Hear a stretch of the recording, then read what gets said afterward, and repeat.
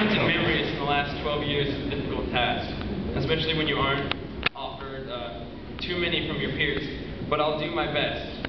It's been a long time coming, and for a lot of us, this whole thing started at Bright Beginnings Preschool. But we've grown, and I suppose kindergarten is the most logical place to start this trip down memory lane. Childhood was an innocent and eventful time in our lives. I very vividly remember the principal at Ashland School at the time, Dr. Carney, who had a good kids book, where all the good kids got to go in an office and sign his book to be immortalized forever as the best kids in the school. I now never got to sign this book, and this was a big deal back then, and still is a fairly big deal to me. Really though, kindergarten was just a day-by-day build-up to the big show. That's right, the biggest event in our childhood lives. The last week of school, farm day. This was a child's time to shine, riding horses, watching emus, playing with pigs. It was a good time. If only the high school administration could offer us something this exciting to give us in school the last couple days of our senior year. Then we moved up to first grade. This wasn't a terribly hard transition. Little is remembered about these days, except for one truly surreal event. It seemed that every month, the teachers would pass out a song to all of the students that would somehow deal with chicken soup in some way. I think I remember a boy riding down a chicken soupy Nile with rice, soup, and a crocodile. Then was second grade, when we were at the top of the school. We knew that as a second grader, we held the power to report younger kids, though I don't think any of us were quite aware of what that meant. I can't bring up these fond memories of Astor without thinking of our favorite aspect, the forts, that have, unfortunately, been lost to the sands of time. Because it seemed that each weekend some deviant would find himself at the top of each defecating. Now it's time for move-up day, Hofstadter. And this place was a breeding ground for intellectual superiority complexes. There existed groups like HCT, Tech Team, and the Red Vests that all made their appearances here. We saw the rise of Pokemon in third grade, and who could forget the yo-yo assemblies, where any passerby would look down on the playground and be baffled by the amount of 9-year-olds with string-bound play objects twirling through the air. Fourth grade saw the splitting of friendships as some students moved to Fort Colville and others stayed at Hofstadter. Those that moved up to Fort Colville found themselves, yet again, at the bottom of the social food chain. I remember Brandon Katzer and Chris Raska, I believe, got their hands on some fake play cigarettes from Barman's, and a teacher saw them walking around with them at downtown and told all the other teachers at Fort Colville, and so it caused some confusion until they finally realized they were merely play cigarettes. This was the year the skate park opened, giving birth to a new generation of youth in Colville. It was this year Darren, Raska, Dylan, and Mark, and some others went to Spokane for a birthday. And before checking into the hotel they would stay at, Darren decided to skate down some odd-shaped concrete, fell and got a concussion. It's pretty astounding we didn't get kicked out of the hotel, guys. And who can remember fifth grade without recalling Colville's own Corey and Topanga, Darren and Mia? They were the couple that gave all the other couples hope that one day they too could be like them. It was this year a group of Pokemon fans got their Game Boys taken away, and with the help of a teacher with questionable alliances, got them back. Mrs. Clark's fifth grade class might also remember when our dear friend Austin Bell tried to make the world's largest cement ball. An endeavor that seems fairly innocent, except he was trying to do it in the sink, and as soon as Mrs. Park walked in the room, he washed it all down, causing quite a stir for the rest of the students the rest of the day, because no water could go through. This was also the year students were able to play instruments in the band, under the direction of Mr. Dave Quistad. Finally, we saw a truly bizarre ritual.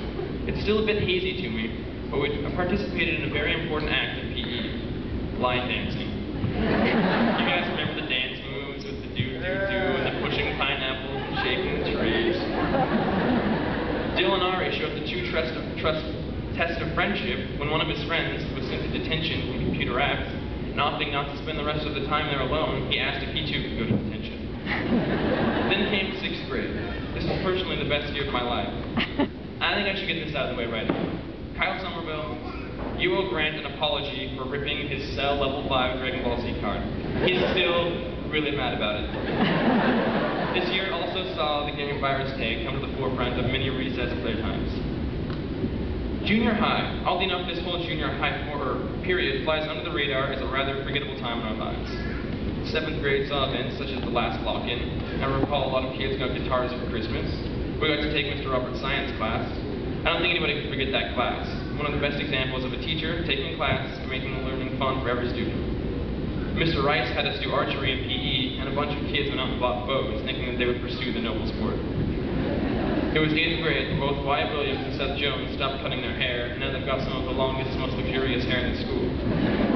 And all of junior high ended with Silverwood. Then came high school. 9th grade was an interesting combination. We were very relieved and excited by the freedom it allowed, but also, being freshmen, we were treated with little respect. This year saw our favorite health class, Mr. Cornwell, as well as being Mr. Quistad's last year, and in Mrs. Arms' class, Seth Jones did the unthinkable and beat solitaire in 56 seconds. As I mentioned, 11th grade was the first year a new band teacher came to the high school in like 80 years. However, we were unbelievably fortunate to receive Mr. Purvis into our lives, and he quickly became many students' favorite teacher. It was this year that Nick Canto began something that would be carried on the following year, which brings me to 11th grade. This year kicked off with a bang, with a montage of my good friends Tim Zerba, Gavin Earnhardt, Ben Sprague, and Nick Canto drinking a gallon of milk each and throwing up off Canto's keyboard. I tried to bring it to some of the teachers, but they wouldn't let us show it. Seemed like classic cinema to me. Near the beginning of the year, we saw the return of our good friend Stephen Geddes, safe as long as he doesn't have a sharp pencil in his hand. This year, a full class of students signed up for Ms. Rudd's humanities class, with no idea that at the end of the year, they would be asked to write a 2,000-word essay on the essence of beauty. I don't know where you are, Rudd, but come on. Dr. Stacy, the professor at Central Washington of the humanities class, also came, and we had a big guess at what he might look like. I believe the final consensus was that he was a suit-wearing, flying polar bear. Also, a very important group in the Colville community was formed. The Jackals? Yeah! Oh, yeah! Jackal Society was born after the inspirational film 300 was released. This group thrived, even though they frequently received visits from police officers. Apparently, we looked like a gang fight everywhere we went. And here we are, finally, at year 12. This year was a complete blur. One thing stands out, though. Darren, Nebraska, and Dylan seemed somehow to escape consumer ed like 3 times a week and get McDonald's breakfast, which still impresses me to this day. The senior projects reared their ugly heads, creating a whole new pile of daunting hoops to jump through. Senior year saw the disintegration of social groups for the most part. While a few chose to remain judgmental, I was fortunate enough to watch most of my peers finally embrace one another. Grudges were dropped, bias were forgotten. We were no longer a smattering of different groups, and we were all here together, finishing a journey we started long ago. People are all merely the sum of their memories, which means we're the sum of our experiences here together at Colville High School. No matter how far in the future, we will never forget our times here. Our memories will be a safety net, if nothing more than a fond reminder of better times. Now, the inn no longer a mere light off in the distance, but rather a doorway to step through. We stand together, ready to open the door. Past transgressions forgotten, we, the class of 2008, step together to the doorway. I'll meet you on the inside. Would you like me to?